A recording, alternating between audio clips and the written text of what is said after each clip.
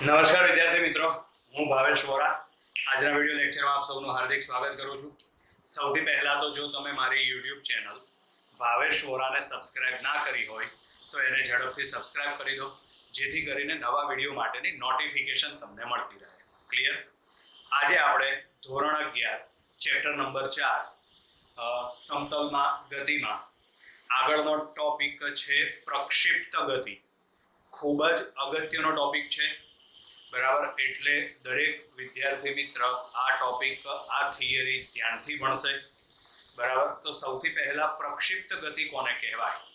તો એમાં આવશે જ્યારે કોઈ પદાર્થને પૃથ્વીના ગુરુત્વાકર્ષી ક્ષેત્રમાં નિયમિત સમક્ષિતિજ વેગ અથવા તો અચળ સમક્ષિતિજ વેગ અને નિયમિત ઉધ્વ પ્રવેગ સાથે ફેંકવામાં આવે ત્યારે થતી ગતિને પ્રક્ષિપ્ત ગતિ કહે છે, બરાબર છે।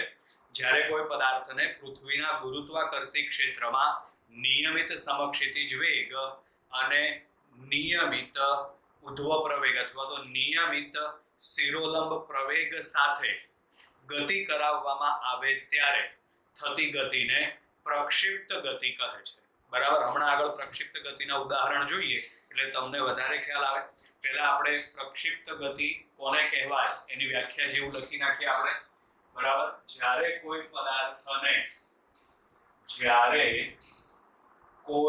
પદાર્થને પૃથ્વીના ગુરુત્વાકર્ષી ક્ષેત્રમાં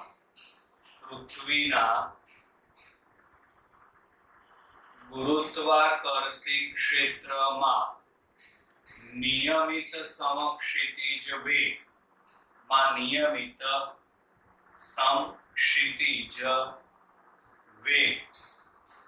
અને નિયમિત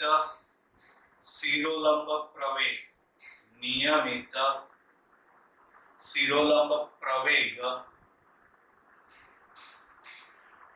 સાથે ગતિ કરાવવામાં આવે ત્યારે થતી ગતિને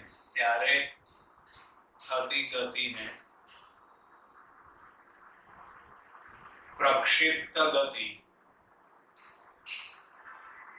કહે છે, બરાબર। પ્રક્ષિપ્ત ગતિમાં આવશે જ્યારે કોઈ પદાર્થને પૃથ્વીના ગુરુત્વાકર્ષી ક્ષેત્રમાં નિયમિત સમક્ષિતિજ વેગ અને નિયમિત શિરોલંબ પ્રવેગ સાથે ગતિ કરાવવામાં આવે ત્યારે થતી ગતિને પ્રક્ષિપ્ત ગતિ કહે છે। ક્લિયર? બરાબર।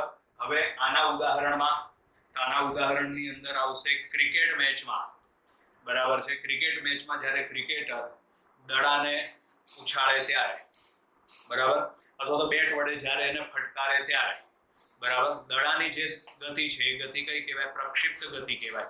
સિક્સર જાય પણ ખરા અને ન પણ જાય, કેચ આઉટ પણ થાય, બરાબર। તો એ બંને ગતિ પ્રક્ષિપ્ત ગતિ કહેવાય, બરાબર। એટલે જરૂરી નથી કે બેટ્સમેન દડાને જોરથી ફટકારે અને દરેક વખતે સિક્સ જ જાય, પણ બંને વખતે બાઉન્ડ્રી ઉપર કેચ પણ થાય અથવા સિક્સ પણ જાય, તો બંને વખતે થતી ગતિને શું કહેવાય? પ્રક્ષિપ્ત ગતિ કહેવાય। બંને ગતિ એ પ્રક્ષિપ્ત ગતિ જ છે, બંને ગતિ, બરાબર છે। પછી આ ઉપરાંત ફૂટબોલની રમતમાં જ્યારે દડાને જોરથી ફટકારવામાં આવે ત્યારે દડો હવામાં ગતિ કરે તો એ દડાની ગતિને કઈ ગતિ કહેવામાં આવે? પ્રક્ષિપ્ત ગતિ કહેવામાં આવે।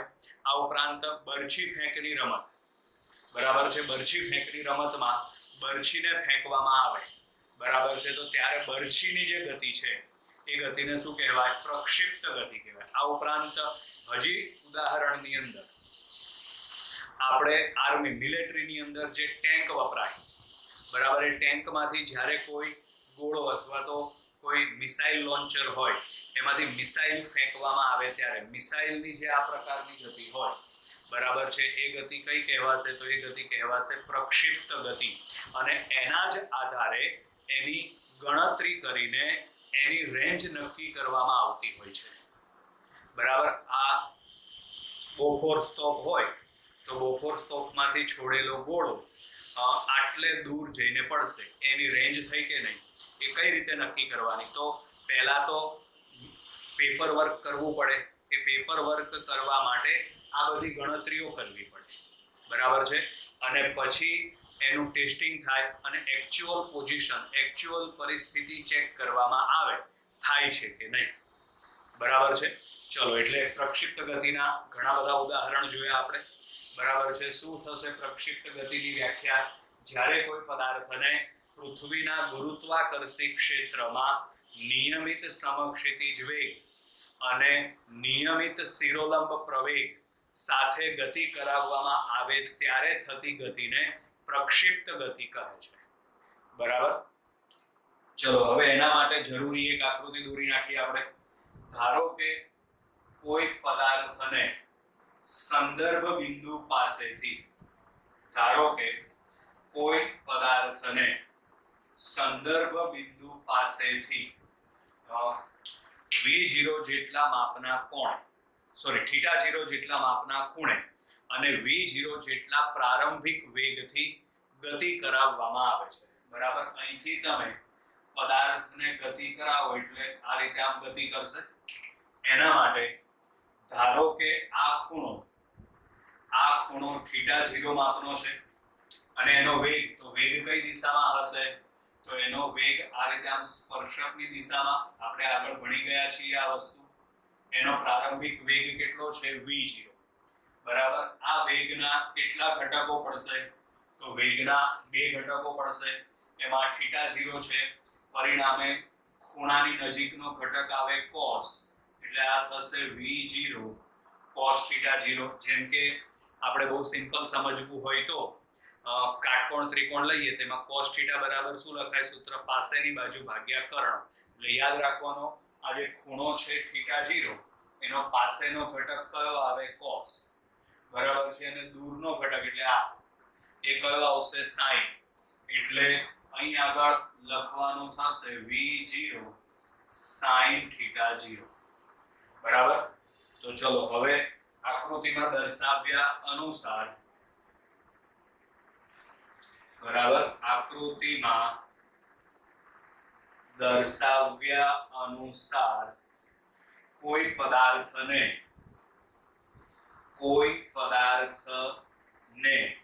સંદર્ભ બિંદુ પાસેથી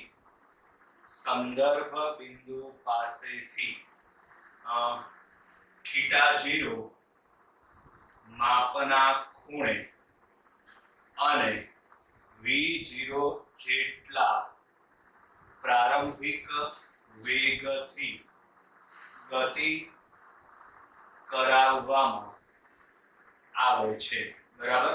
v0 જેટલા પ્રારંભિક વેગથી અને θ0 માપના ખૂણે ગતિ કરાવવામાં આવે છે. હવે સમજો, બરાબર. આ ઉગમ બિંદુ O છે, તો ઉગમ બિંદુ એટલે સંદર્ભ બિંદુ પ્રમાણે વિચારો તો એના યામ શું આવશે? 0 0, બરાબર. આ ઉગમ બિંદુ અથવા તો સંદર્ભ બિંદુ આપણે લઈએ તો આના યામ શું આવશે? 0 0. પરિણામે પ્રારંભમાં x0 બરાબર 0 અને y0 બરાબર પણ 0. x0 બરાબર 0, y0 બરાબર પણ 0. પછી એના વેગના બે ઘટકો, બરાબર. એમાં છે v0 cos θ0 અને v0 sin θ0, બરાબર. તો અહીંયા આગળ એનો x ઘટક એટલે શું લખાશે? v0x. એના બરાબર લખાય v0 cos θ0. આ એનો y ઘટક થશે એટલે આમાં આવશે v0y બરાબર v0 sin θ0. ક્લિયર? અને હવે પ્રવેગ માટે, બરાબર, તો એમાં યાદ રાખવાનું, આમાં કીધું એ પ્રમાણે, વ્યાખ્યા પ્રમાણે, સમક્ષિતિજ દિશામાં એનો વેગ અચળ છે અને ઉધ્વ દિશામાં એટલે કે શિરોલંબ દિશામાં એ પ્રવેગી ગતિ કરે છે, બરાબર. આ દિશામાં એનો વેગ અચળ છે, પરિણામે એનો મતલબ એમ થાય કે x અક્ષની દિશામાં કોઈ પ્રવેગ ઉત્પન્ન થશે નહીં, કારણ કે x અક્ષની દિશામાં એનો વેગ અચળ છે, બરાબર. x અક્ષની દિશામાં એનો વેગ અચળ છે, પરિણામે એમાં પ્રવેગ ઉત્પન્ન થશે નહીં.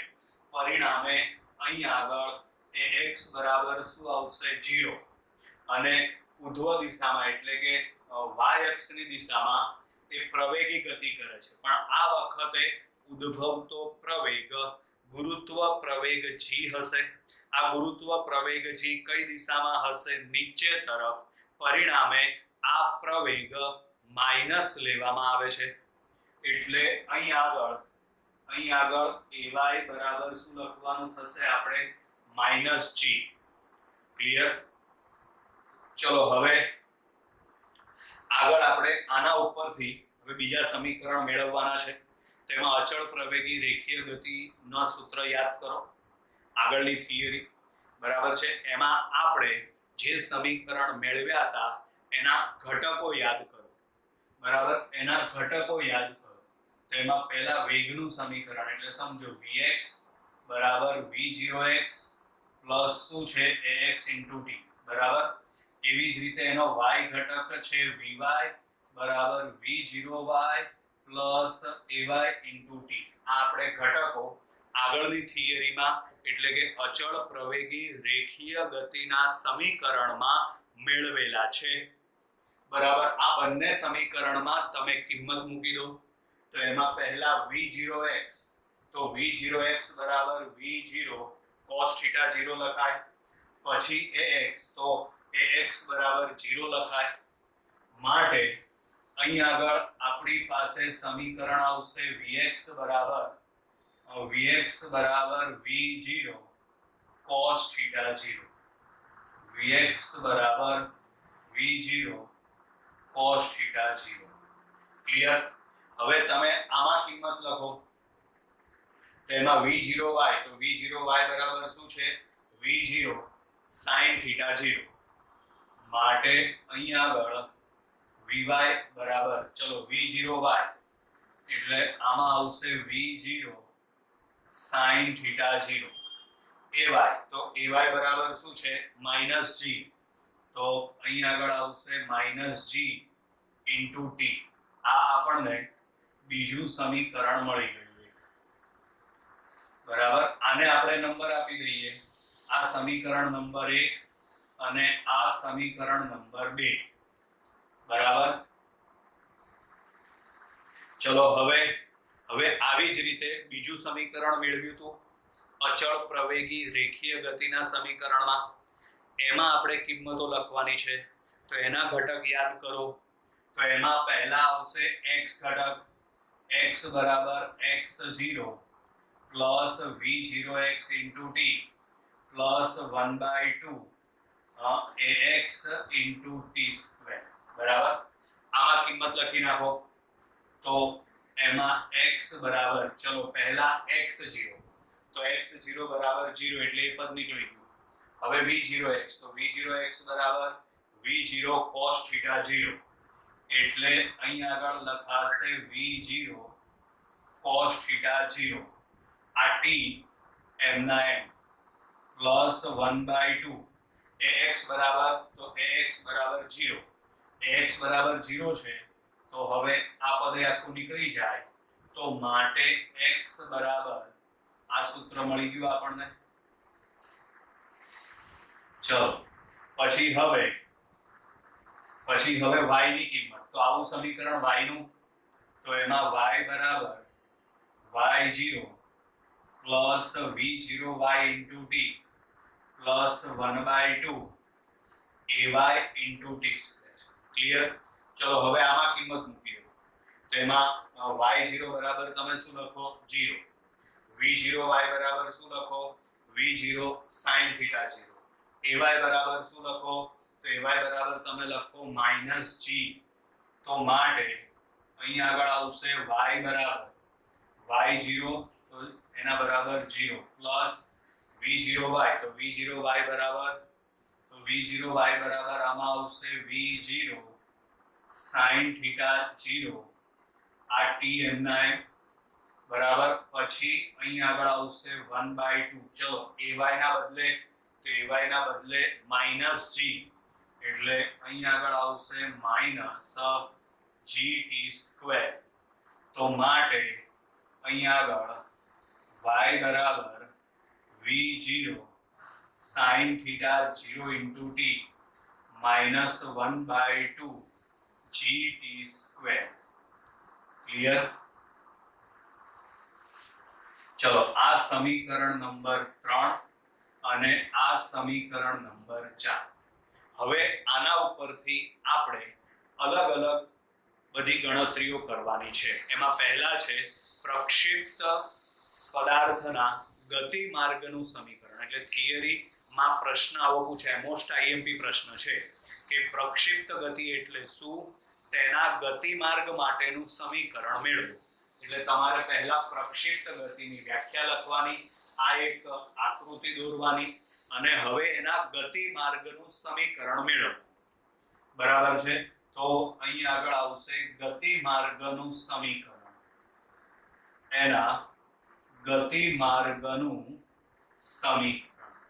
હવે જો ગતિ માર્ગનું સમીકરણ મેળવવા માટે આ જે સમીકરણ 3 છે ને એમાંથી તમારે t ની કિંમત સમીકરણ 4 માં મૂકવાની છે. એટલે એના માટે 3 અને 4 સમીકરણ પહેલા આપણે લખી નાખીએ. બરાબર? તો એમાં x બરાબર સમીકરણ તમે ડાયરેક્ટ લખી શકો છો પરીક્ષામાં પૂછાય તો. બરાબર? x બરાબર v0 cos θ 0 * t.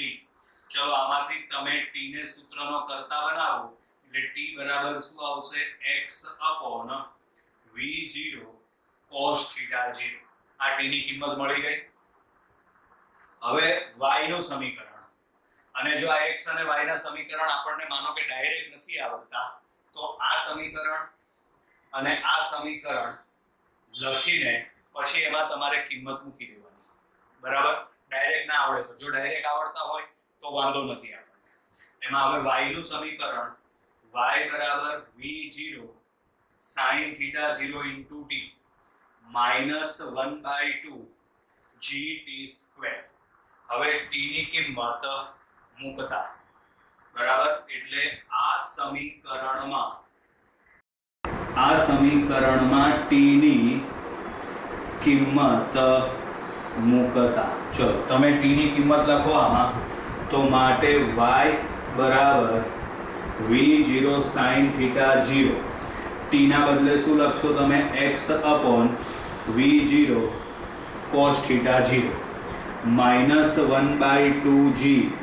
t નો વર્ગ કરવાનો એટલે અહીં આગળ આવશે x² છેદમાં આવશે v0² cos² θ 0. ક્લિયર? હવે આમાં આ v0 ઉડી જશે, sin / cos એટલે tan થશે.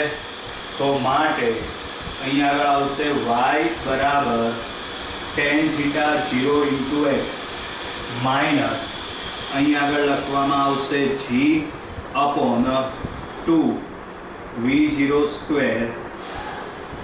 cos² θ 0 ઇન્ટુ શું આવશે? x². બરાબર છે? જે પ્રક્ષિપ્ત પદાર્થના ગતિ માર્ગનું સમીકરણ છે. y બરાબર tan θ 0 * x minus g/2 v0² cos² θ 0 into x². જે પ્રક્ષિપ્ત પદાર્થના ગતિ માર્ગનું સમીકરણ છે. બરાબર? એટલે અહીં આગળ આવશે જે પ્રક્ષિપ્ત પદાર્થના ગતિ માર્ગનું સમીકરણ છે. આ સમીકરણ y બરાબર ax - bx² જેવું છે. બરાબર? જેમ કે અહીં a બરાબર શું છે? આ tan θ 0. અહીં આગળ b તો એના બરાબર શું આવશે? આમાં g/2 v0² cos² θ 0. બરાબર? આ a એના બદલે આમાં શું છે? tan θ 0. પછી અહીં આગળ b તો b ના બદલે શું છે? g/2 v0² cos² θ 0. બરાબર? આ સમીકરણ y બરાબર ax - bx² જેવું છે. આ સમીકરણ છે ને પરવલયનું સમીકરણ છે. આ સમીકરણ પરવલયનું સમીકરણ છે. એટલે આના ઉપરથી આપણે એવું કહી શકીએ કે પ્રક્ષિપ્ત પદાર્થનો ગતિ માર્ગ પરવલય આકારનો હોય છે. બરાબર. આના ઉપરથી આપણે એવું કહી શકીએ કે બરાબર આના ઉપરથી એટલે કે આમ પ્રક્ષિપ્ત પદાર્થનો ગતિમાર્ગ પેલા લખી નાખીએ જે પરવલયનું સમીકરણ છે, જે પરવલયનું સમીકરણ છે એટલે લખી શકાય કે આમ પ્રક્ષિપ્ત પદાર્થનો ગતિમાર્ગ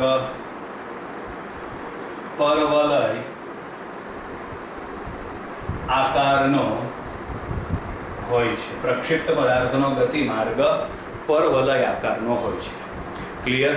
ચલો હવે ત્યાર પછી આગળ આવશે મહત્તમ ઊંચાઈ પ્રાપ્ત કરવા માટે લાગતો સમય. બરાબર છે. તો આ પ્રક્ષિપ્ત ગતિ છે બરાબર, એની મહત્તમ ઊંચાઈ આટલી કહેવાય કે ના કહેવાય? બરાબર છે. તો તમે પદાર્થને અહીંથી ફેંકો છો, અહીંથી એટલે કે ઉગમ બિંદુએથી ફેંકો છો બરાબર છે. તો તેને અહીં સુધી પહોંચવા માટે અમુક સમય લાગે કે ના લાગે?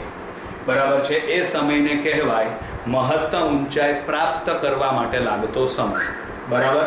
ફરીથી સમજો, તમે પદાર્થને અહીંથી ફેંકો છો. આપણે જે પ્રમાણે ઉદાહરણ સમજીએ છીએ એ પ્રમાણે તમે પદાર્થને ઉગમ બિંદુ અથવા તો સંદર્ભ બિંદુએથી ફેંકો છો એટલે કે પ્રક્ષિપ્ત કરો છો. બરાબર. તો પદાર્થને તમે અહીંથી ફેંકો તો અહીં સુધી જવા માટે આ એની મહત્તમ ઊંચાઈ થઈ ગઈ. અહીં સુધી જવા માટે જે સમય લાગે તેને શું કહેવાય? મહત્તમ ઊંચાઈ પ્રાપ્ત કરવા માટે લાગતો સમય. હવે એક બીજી વસ્તુ ધ્યાનમાં રાખજો, જ્યારે પદાર્થ મહત્તમ ઊંચાઈ પ્રાપ્ત કરે, તમે અહીંથી આમ પદાર્થને ફેંકો છો એટલે કે ટૂંકમાં એને પ્રક્ષિપ્ત કરો છો આ રીતે. બરાબર.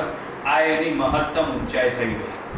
તો અહીંથી અહીં સુધી પહોંચવા માટે જે સમય લાગે એને આપણે શું કહી દઈએ? TM. બરાબર છે. જ્યારે પદાર્થ મહત્તમ ઊંચાઈએ પહોંચે ત્યારે તેનો વેગ કેટલો થાય? તો મોટા ભાગના વિદ્યાર્થી એમ કે મહત્તમ ઊંચાઈએ પહોંચે ત્યારે તેનો વેગ તો 0 થાય. ના, સમજજો ધ્યાનથી, આ બહુ સમજવાની વસ્તુ છે આ. બરાબર છે. જ્યારે પદાર્થ મહત્તમ ઊંચાઈએ પહોંચે, જો તેનો વેગ ત્યાં 0 થઈ જતો હોય ને તો આ પદાર્થ અહીંથી આગળ જાય જ નહીં, પણ અહીંથી છે ને સીધો નીચે આવી જાય. સમજ્યા? એટલે આ યાદ રાખવાનું, પ્રક્ષિપ્ત પદાર્થ જ્યારે મહત્તમ ઊંચાઈએ પહોંચે ત્યારે તેનો ઉધ્વ દિશાનો જે વેગ હોય ને એ વેગ 0 થાય. સમક્ષિતિજ દિશામાં એનો વેગ કેવો છે? અચળ. એટલે આ વસ્તુ છે ને બહુ ખાસ સમજવાની છે. બરાબર. જ્યારે પદાર્થ મહત્તમ ઊંચાઈ પ્રાપ્ત કરે ત્યારે તેનો વેગ 0 નહીં. એનો કયો વેગ 0? તો એનો ઉધ્વ દિશાનો વેગ 0. કારણ કે પદાર્થને તમે ફેંકો, પ્રક્ષિપ્ત કરો પછી અહીંથી પદાર્થ ઉપર નથી જતો, પછી ક્યાં આવશે? પદાર્થ નીચે. એટલે કે આ બિંદુ પાસેથી પદાર્થ નીચે આવવાની શરૂઆત કરે છે. એટલે કે આ બિંદુ પાસે એનો ઉધ્વ દિશાનો વેગ છે ને એ 0 થાય. હા, તમે પદાર્થને આ રીતે આમ એક્ઝેક્ટ આમ ઉપર ફેંકો આમ, અને પદાર્થ પાછો આમ નીચે આવે, આવી ગતિ હોય તો જ્યારે પદાર્થ મહત્તમ ઊંચાઈ પ્રાપ્ત કરે ત્યારે તેનો વેગ 0 થાય. પણ આ ગતિ માટે વેગ 0 થશે નહીં. બરાબર. કઈ દિશામાંનો વેગ 0 થાય? તો કે ઉધ્વ દિશા. ઉધ્વ દિશા એટલે વાય અક્ષની દિશા. તો આ જે 4 સમીકરણ છે એમાં વાય અક્ષમાં વેગ માટેનું સૂત્ર આ છે Vy. તો આમાં Vy બરાબર શું લખવાનું થશે? આપણે 0. ક્લિયર અહીં સુધી? એટલે હવે આગળનો ભાગ છે મહત્તમ ઊંચાઈ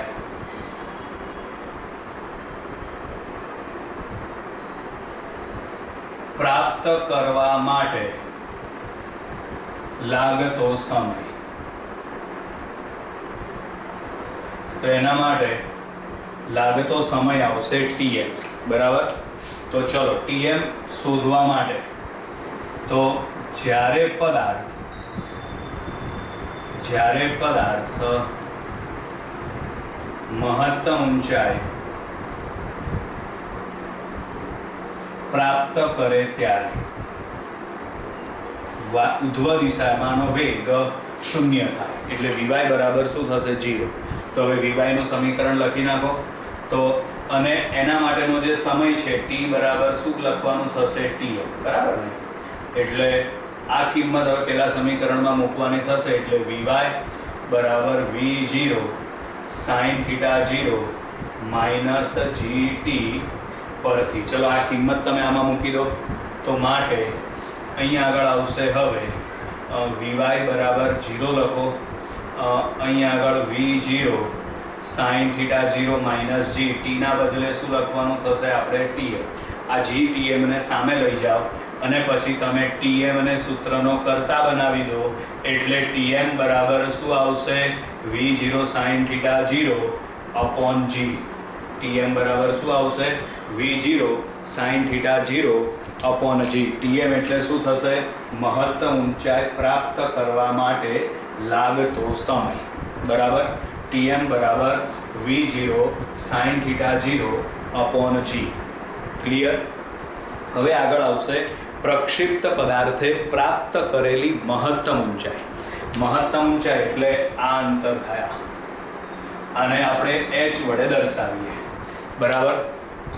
સમજો અહીંયા આગળ આ મહત્તમ ઊંચાઈ થઈ, બરાબર? આટલું જે અંતર છે આ અંતર એટલે મહત્તમ ઊંચાઈ, બરાબર? આ અંતર એ કઈ દિશામાં કપાશે? તો આ અંતર y અક્ષની દિશામાં કપાશે. તો આ જે 4 સમીકરણ છે એમાં y અક્ષની દિશામાં અંતર માટેનું સૂત્ર કયું?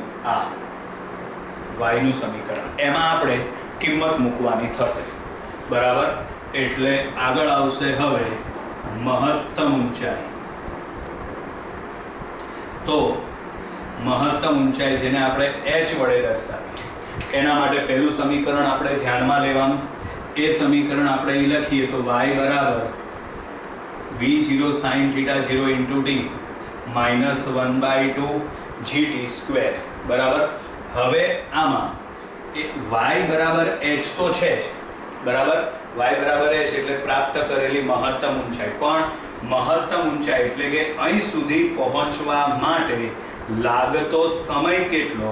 તો લાગતો સમય છે tm, બરાબર? હા, એનો માર્ગ આ રીતે હશે. માર્ગ એનો અહીંથી આમ થશે, પણ એને પ્રાપ્ત કરેલી ઊંચાઈ તો આટલી જ કહેવાય, બરાબર? પ્રાપ્ત કરેલી મહત્તમ ઊંચાઈ આ કહેવાય. આ પેલા જેવું છે. માનો કે આપણે એક માળ પરથી બીજા માળે ચડીને જતા હોઈએ, બરાબર છે? તો આ સીડી મારફતે જઈએ તો આપણો માર્ગ આ થયો, પણ આપણે અહીં પહોંચી જઈએ તો ઊંચાઈ તો આટલી જ કહેવાય ને.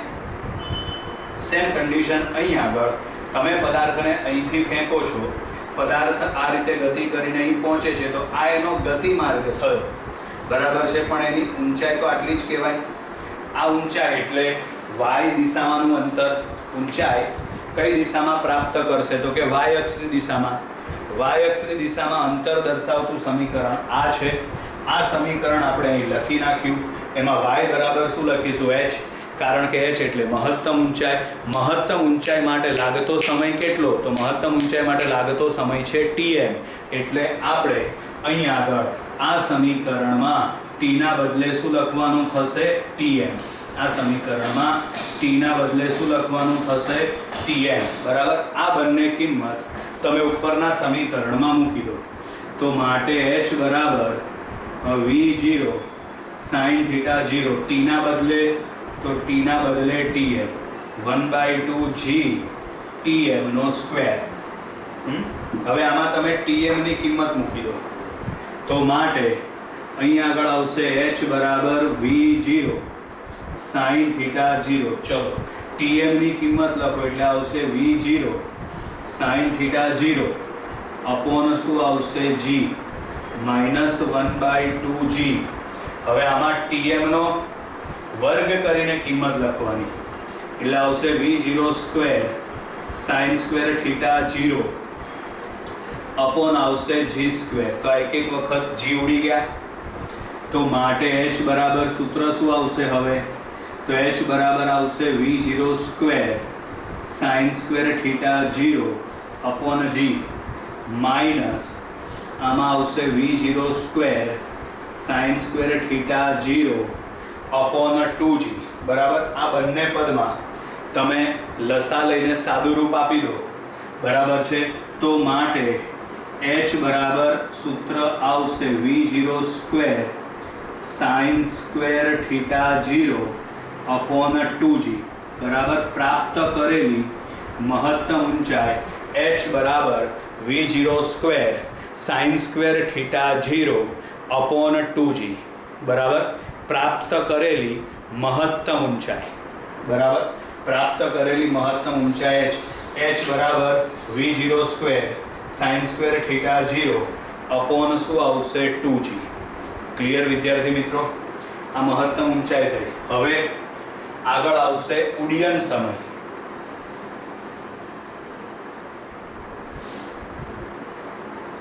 બરાબર. આગળ આવશે હવે ઉડ્ડયન સમય.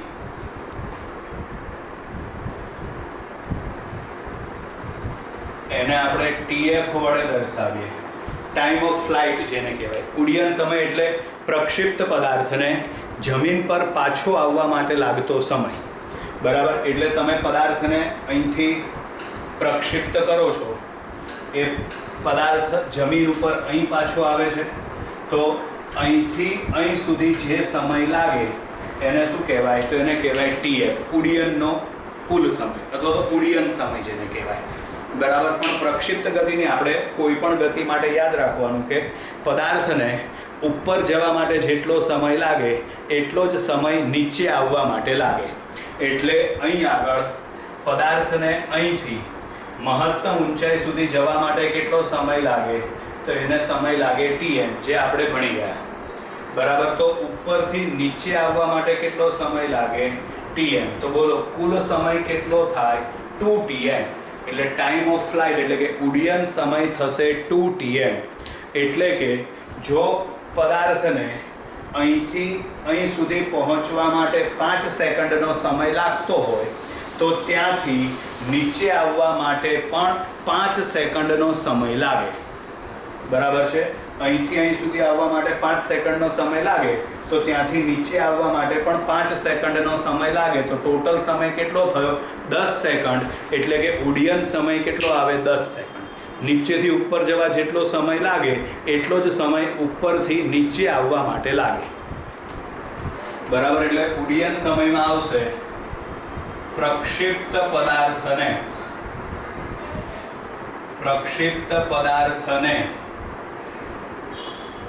જમીન પર પાછો આવવા માટે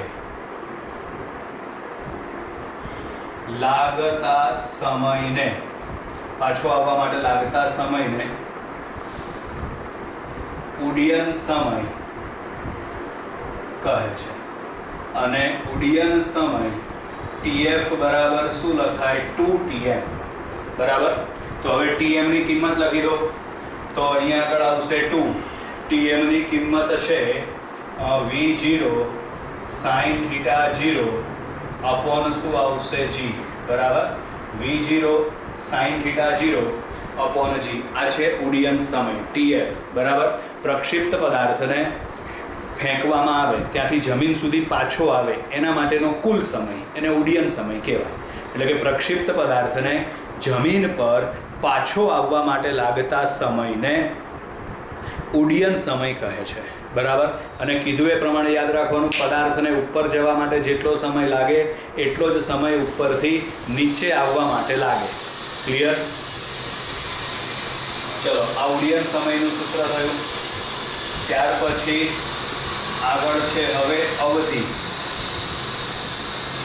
અવધિ એટલે એને R વડે દર્શાવીએ બરાબર છે. તો પ્રક્ષિપ્ત પદાર્થે સમક્ષિતિજ દિશામાં કાપેલા અંતરને તેની અવધિ કહે છે. એટલે પદાર્થ અહીં પાછો આવ્યો તો સમક્ષિતિજ દિશામાં આટલું અંતર કપાયું. આ અંતરને શું કહેવાય? એની અવધિ. ઇંગ્લિશમાં એને રેન્જ કહેવાય બરાબર છે. એટલે એને કઈ સંજ્ઞા વડે દર્શાવાય? R વડે બરાબર. અવધિને કઈ સંજ્ઞા વડે દર્શાવાય? આર વડે. અવધિ કોને કહેવાય? પ્રક્ષિપ્ત પદાર્થે સમક્ષિતિજ દિશામાં કાપેલા અંતરને તેની અવધિ કહે છે. પ્રક્ષિપ્ત પદાર્થે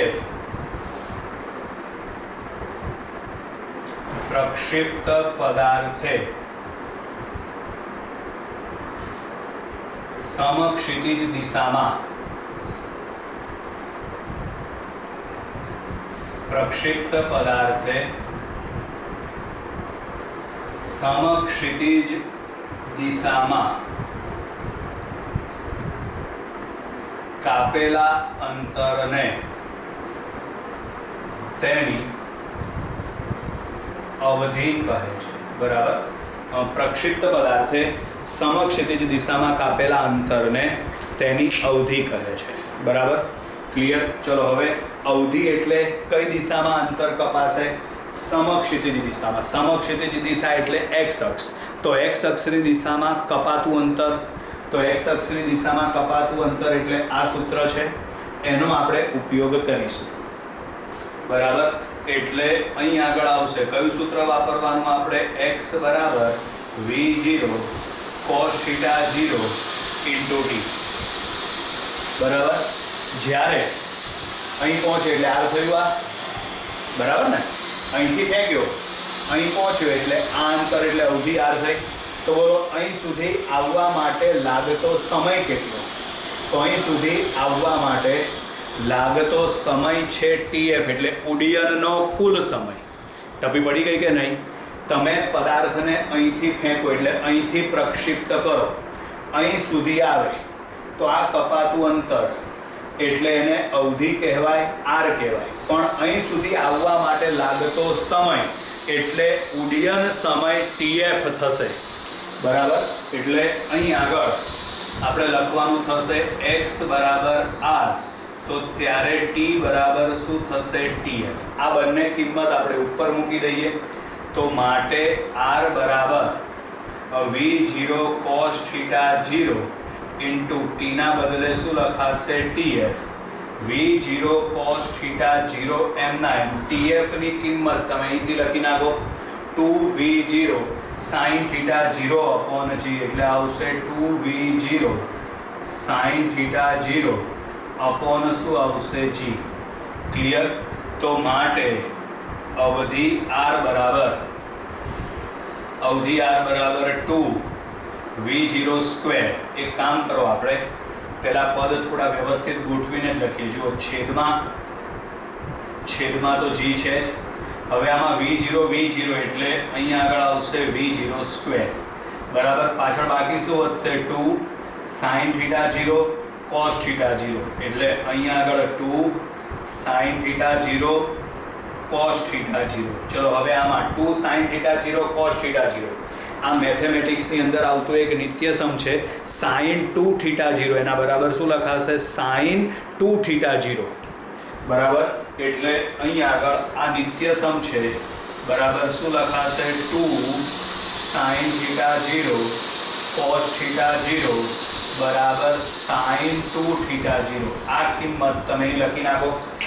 બરાબર. તો માટે અવધિ r બરાબર શું થાય? તો અવધિ r બરાબર સૂત્ર આવશે v0 square sin 2 θ 0 upon g, જે અવધિનું સૂત્ર છે. હવે તમને આની અંદર પૂછાય મહત્તમ અવધિ. એમાં ટોપિક છે મહત્તમ અવધિ. બરાબર છે. તો મહત્તમ અવધિ વખતે આ sin 2 θ 0 બરાબર 1 થશે. બરાબર. મહત્તમ અવધિ વખતે મહત્તમ અવધિ, ચલો મહત્તમ અવધિ એટલે કે r મેક્સિમમ માટે sin 2 θ 0 બરાબર 1. r મેક્સિમમ મહત્તમ અવધિ માટે sin 2 θ 0 બરાબર 1. તો આ કિંમત તમે મૂકી દો તો બોલો r મેક્સિમમ બરાબર શું થાય? તો r મેક્સિમમ બરાબર થશે v0 સ્ક્વેર અપોન g. આ મહત્તમ અવધિનું સૂત્ર છે. r મેક્સિમમ બરાબર v0 સ્ક્વેર અપોન g.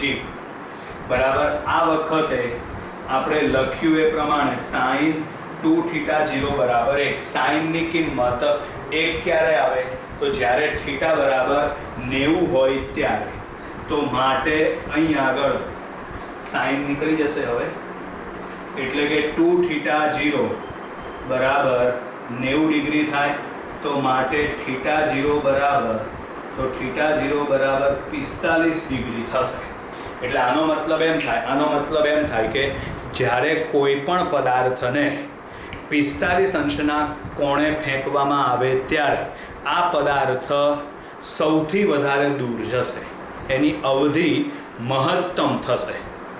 બરાબર છે? એટલે માનો કે આપણે બરછી ફેંકની રમત હોય, ગોળા ફેંકની રમત હોય, બરાબર છે, આમાં બરછી, ગોળો આ બધાને દૂર મોકલવા હોય તો તેનો ખૂણો છે ને, એનો જે એંગલ છે ને એ 45 ડિગ્રીનો હોવો જોઈએ. તો ગોળો અથવા તો બરછી એ સૌથી વધારે દૂર જાય.